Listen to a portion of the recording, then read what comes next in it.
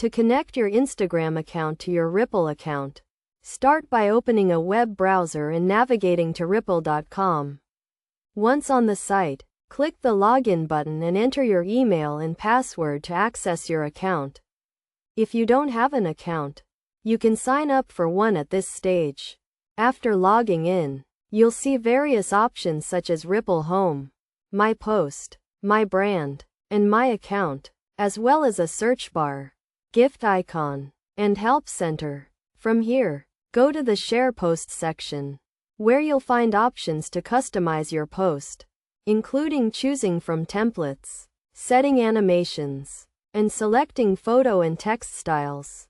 After customizing your post, click Next to proceed. To connect your Instagram account, look for the option to connect your Facebook page or Instagram business account on the left side.